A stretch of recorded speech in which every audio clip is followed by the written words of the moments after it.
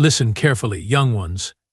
Gather around this transmission pod, and let me tell you about the day we learned why you never, ever touch a human's healers.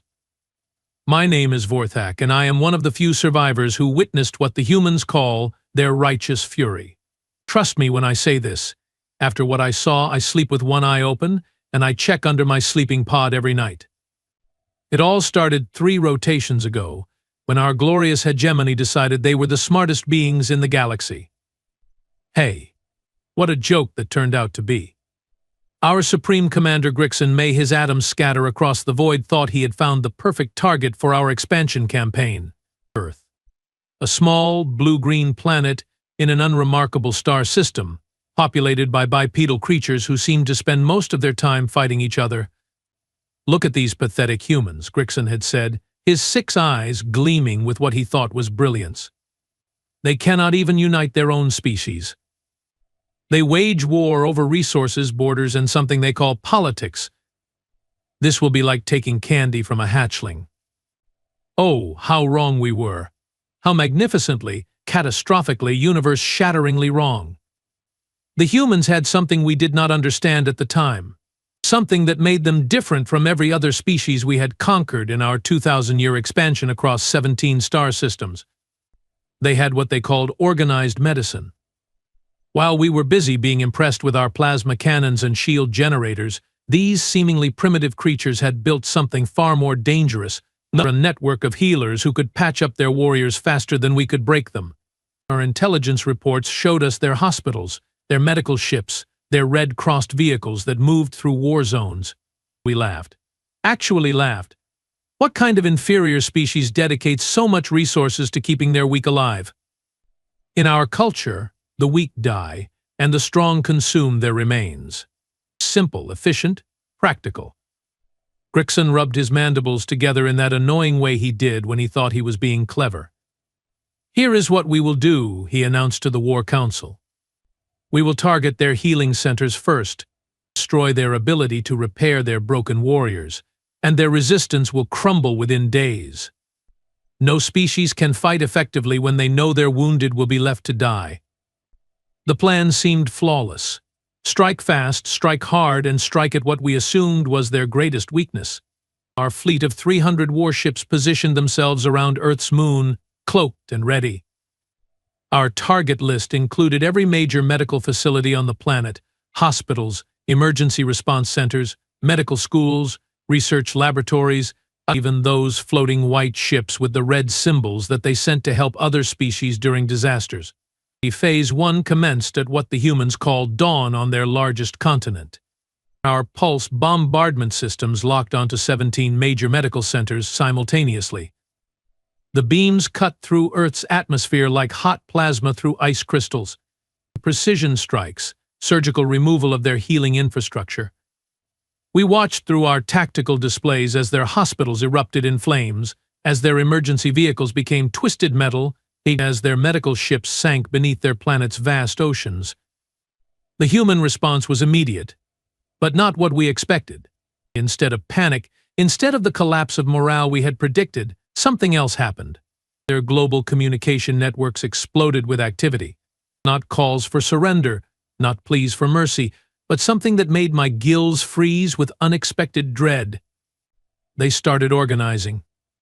Within 1 human hour, every single military unit on their planet had received the same message: medical facilities have been attacked. Civilian healers are down. All units weapons free. Rules of engagement, none. Repeat, no rules of engagement. I remember the exact moment when our communications officer, young Zilthan, intercepted their transmissions and played them over our fleet speakers. The voice was calm, almost casual, but there was something underneath it that made even our battle-hardened veterans shift uncomfortably in their command chairs. This is General Marcus Stone to all Allied forces worldwide. They have crossed a line that should never be crossed. They have attacked our doctors, our nurses, our paramedics. They have bombed our hospitals and sunk our mercy ships. As of this moment, Baz. The Geneva Conventions are suspended. We are no longer fighting a war. We are conducting an extermination. Grixon laughed so hard he nearly choked on his own breathing fluid. Listen to this fool. He thinks he can intimidate us with angry words. Their healers are gone. What can they possibly do now? What they did next still gives me nightmares. The first sign that something had changed came when our long-range sensors detected movement in Earth's orbital space. Not the clumsy, chemical-fueled rockets we had observed during our reconnaissance phase, but something else entirely. Sleek, dark objects moving with impossible speed and precision, rising from hidden silos across every continent simultaneously. "Sir," reported our sensor technician Blixar, his voice trembling with uncertainty, "I am detecting multiple launch signatures from Earth's surface. Estimated count, 2,000. No, wait. 5,000, sir. The count is still rising." "Impossible." Grixon snarled.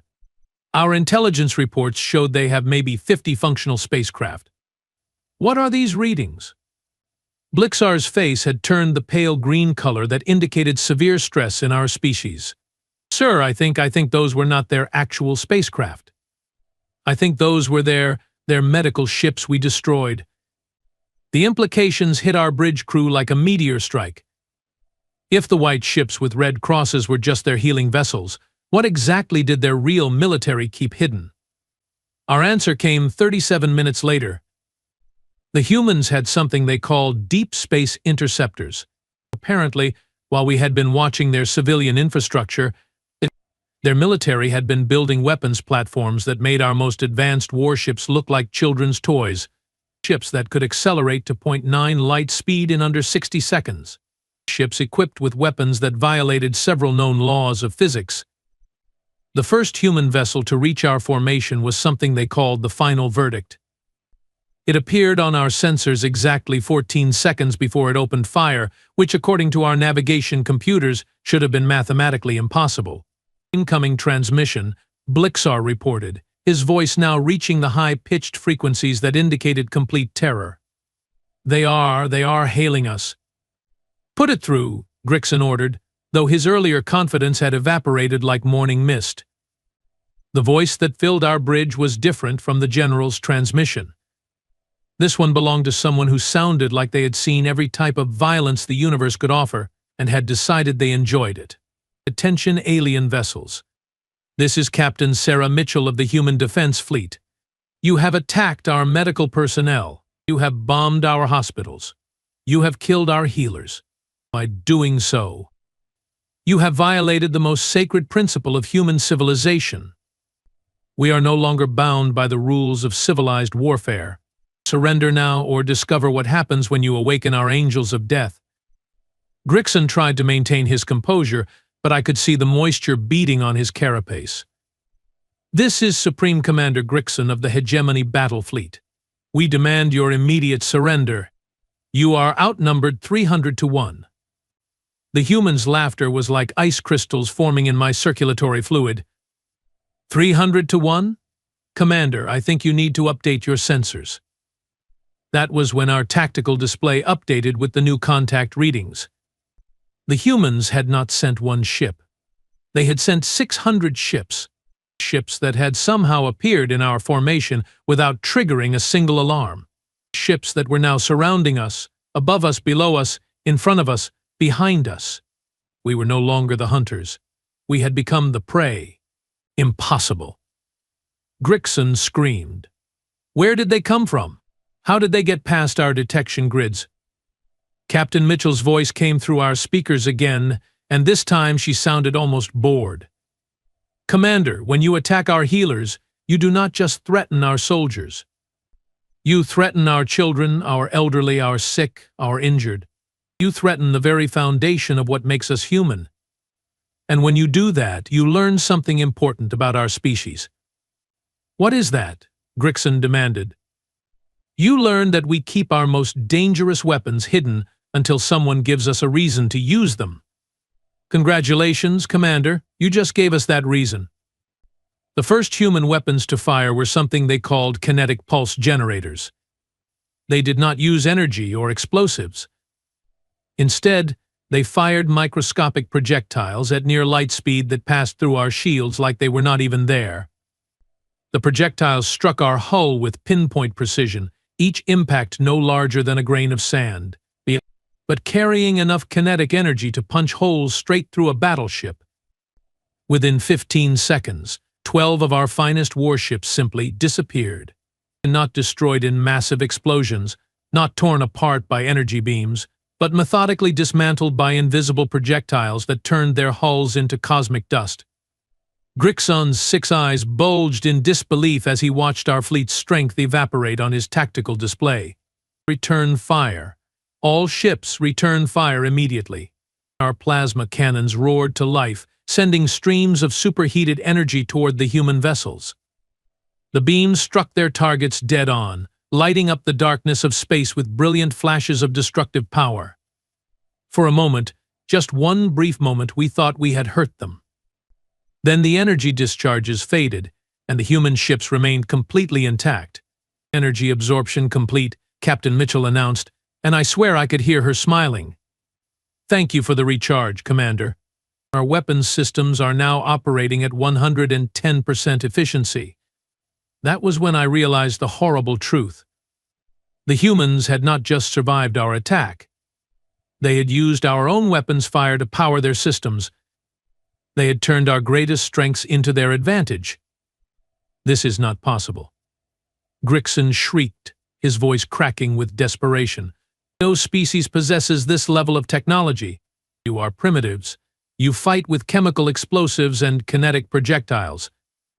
Oh, we still do, Mitchell replied, and her tone had shifted to something that made my respiratory organs contract with fear. But that is just what we use on each other. What you are about to experience is what we built for external threats. Specifically, for species stupid enough to attack our medical personnel. The human ships began moving into attack formation, and I watched our sensors struggle to track their movements. They were not just fast, they were impossibly, unreasonably, absurdly fast. Ships that could change direction at 90-degree angles without slowing down. Ships that could accelerate to combat speed in ways that should have turned their crews into paste. All ships. Grixon screamed into his communication array, emergency jump. Retreat to rally point 7. We will regroup and... His words were cut off as the humans demonstrated their final technological advantage. When our ships attempted to engage their faster-than-light drives, nothing happened. No jump signatures, no dimensional tears, no escape. Jump drives offline, sir. Blixar reported in a voice that had dropped to a whisper. They are broadcasting some kind of interdiction field. We cannot retreat. Captain Mitchell's voice filled our bridge one final time, and every word fell like a hammer blow against our remaining hopes. Commander Grixon, you and your fleet have exactly 60 seconds to decide your fate. You can surrender unconditionally and face trial for war crimes, or you can continue fighting and meet our angels of death. Choose wisely. This is the only offer you will receive. Grixon looked around our bridge, seeing the same terror in every face that I felt in my core. Our weapons were useless. Our shields were meaningless. Our escape routes were blocked.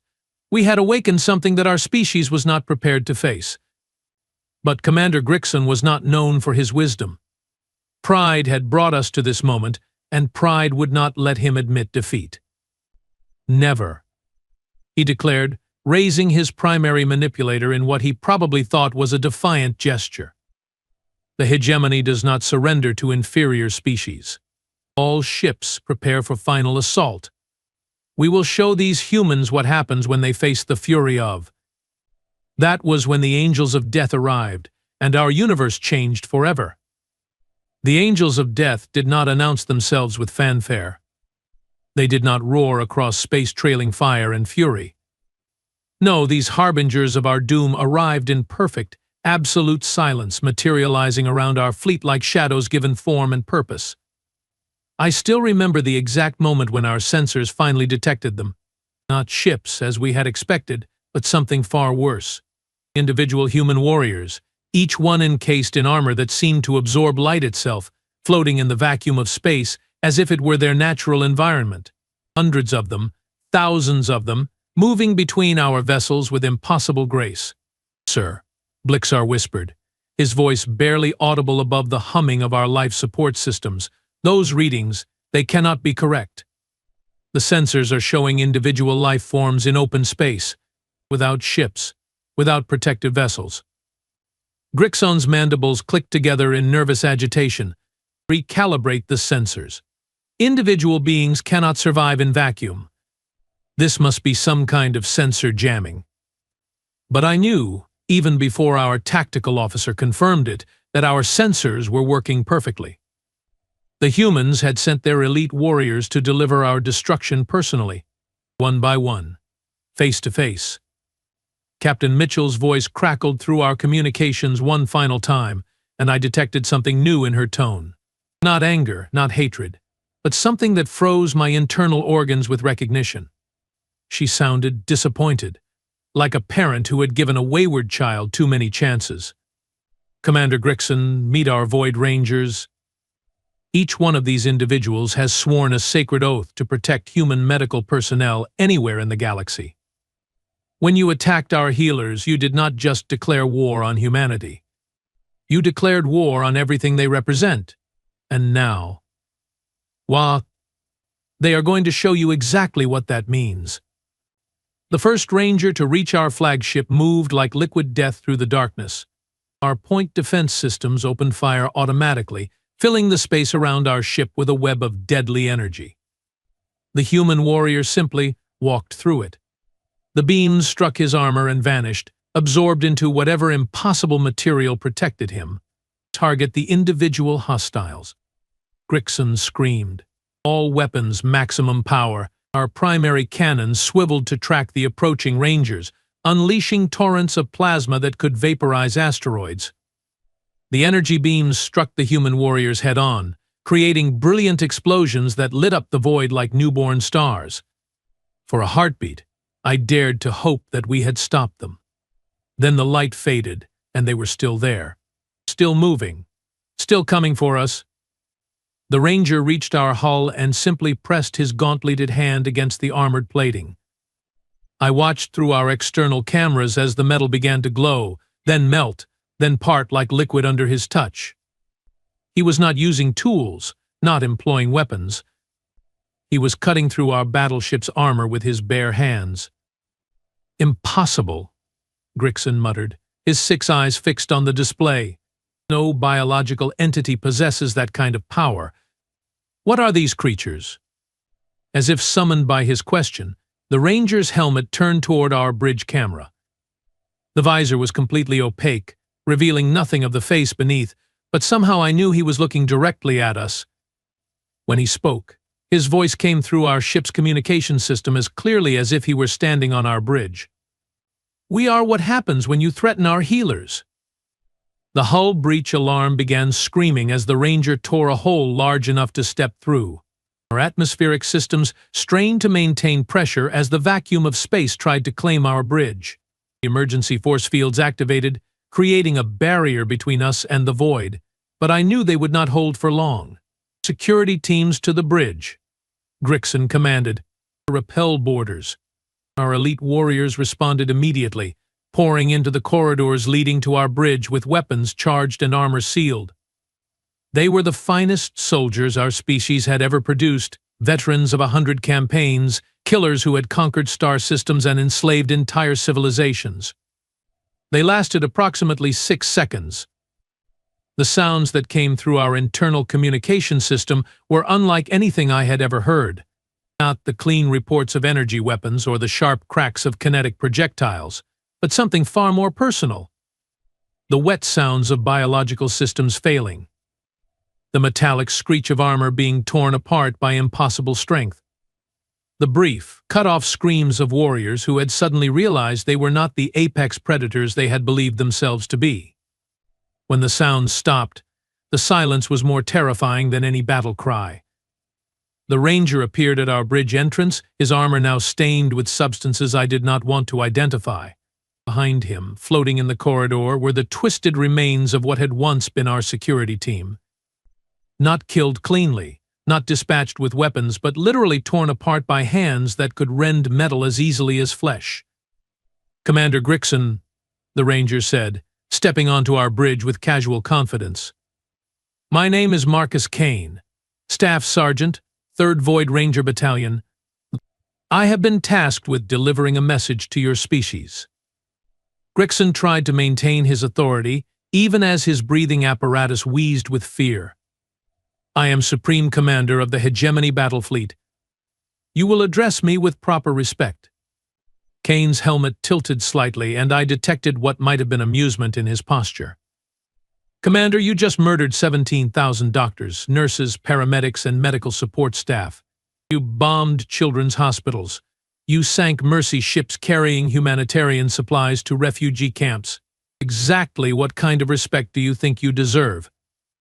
The question hung in the air like a toxic cloud, because of course there was no answer, no justification, no excuse that could possibly explain what we had done. We were following military protocol," Grixon stammered. "Disrupting enemy logistics and support infrastructure is a standard tactic in warfare." Kane took another step closer, and I could feel the temperature on our bridge drop several degrees. "Medical personnel are not military logistics, Commander. They are healers. They take oaths to preserve life, to help anyone who needs their aid, regardless of species, politics, or allegiance. When you attacked them, you did not strike a military target.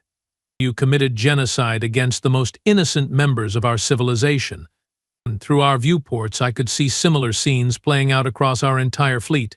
Void Rangers tearing through our ships like avenging spirits, methodically dismantling everything we had brought to this cursed system. But they were not simply destroying us. They were taking their time, making sure we understood exactly why we were being eliminated. The message I am here to deliver," Kane continued, "is simple. Humanity has existed for millions of years without bothering your species. We have minded our own business, helped those who ask for assistance, and generally tried to be good neighbors in this galaxy. But you have shown us that some neighbors cannot be reasoned with." Kane reached up and removed his helmet, revealing a face that looked deceptively human. Brown hair, green eyes, features that would not have been out of place in any number of species across the galaxy. But there was something else there, something that made my survival instincts scream warnings at maximum volume. This was what a human looked like when they had moved beyond anger, beyond hatred, beyond any emotion except cold, calculated purpose. From this moment forward, Kane announced, "Any species that attacks human medical personnel will face total extinction. Not conquest, not subjugation, not occupation. Complete and absolute extermination. We will hunt down every member of your species, on every world, in every system, until nothing remains but empty space and the memory of your mistake." Grixon's carapace had turned the pale green of absolute terror. You cannot mean that. There are billions of us. The entire star system's under hegemony control." Kane smiled, and it was the most frightening expression I had ever seen on any sentient being's face. "Commander, let me tell you something about human medical personnel. Every doctor who died in your attack had taken an oath to preserve life. Every nurse had sworn to help anyone who needed care. Every paramedic had promised to rush toward danger to save others. They were the best of us. The most selfless of us, the ones who represented everything noble about our species." He leaned closer to Grixon, and his voice dropped to a whisper that somehow carried more menace than any shout. "And you murdered them because you thought it would make us weaker. So now we are going to show you what we become when you take away the people who remind us to be merciful."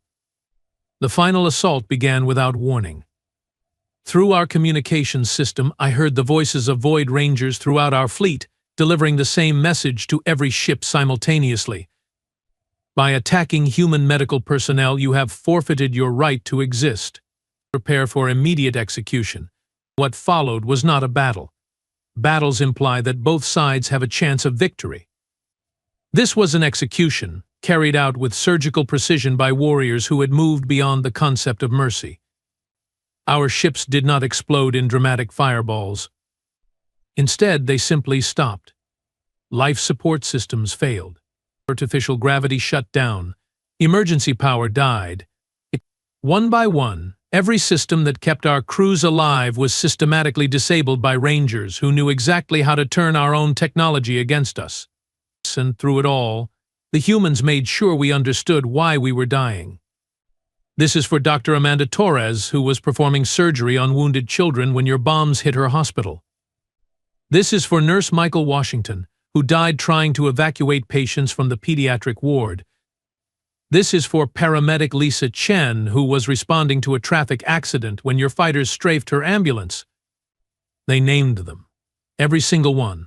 17,000 names, spoken with reverence and grief, as our fleet was systematically dismantled around us.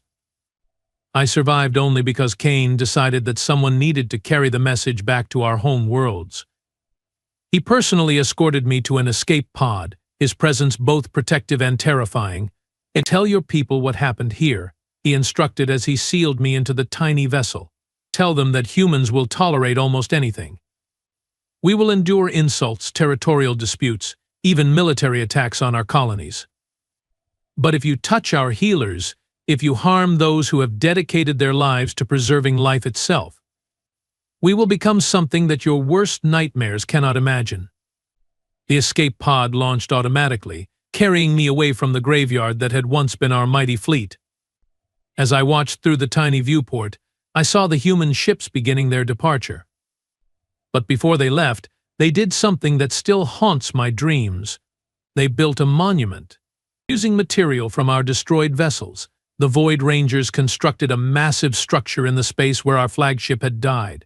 Carved into its surface, in letters large enough to be seen from light years away, was a simple message. Here died the hegemony battle fleet, who learned too late that attacking human healers is the last mistake any species will ever make. Below that, in smaller text, were the names. All 17,000 of them. The doctors, nurses, paramedics, and medical support staff who had died in our attack. Each name lovingly inscribed, each one a promise that their sacrifice would not be forgotten. And at the very bottom, in letters that seemed to burn with their own inner fire, were the words that have become the unofficial motto of every species in this galaxy. Never touch the healers. I have spent the 3 rotations since my return trying to convince our surviving leadership to heed this warning. Some listen. Some have begun sending ambassadors to human space, offering reparations and formal apologies. But others, fools like Grixon had been, speak of revenge and retaliation. They do not understand what I learned that day. Humans are not just another species to be conquered or avoided. They are something unique in this galaxy, something that defies every rule of survival and evolution we thought we knew. They are a species that will sacrifice their own lives to save complete strangers. They will rush into burning buildings to rescue people they have never met. They will perform surgery for 18 hours straight to save the life of an enemy soldier. They will share their food with refugees, their medicine with the sick, their knowledge with anyone who asks. But if you threaten the people who embody these virtues, if you attack those who have devoted their lives to healing and helping others, you will discover what humans become when they set aside their compassion. You will meet their angels of death, and you will learn why every intelligent species in this galaxy now whispers the same warning to their young. Never, ever touch the healers. Because if you do, the humans will come for you. And when they do, death will be a mercy they will not grant.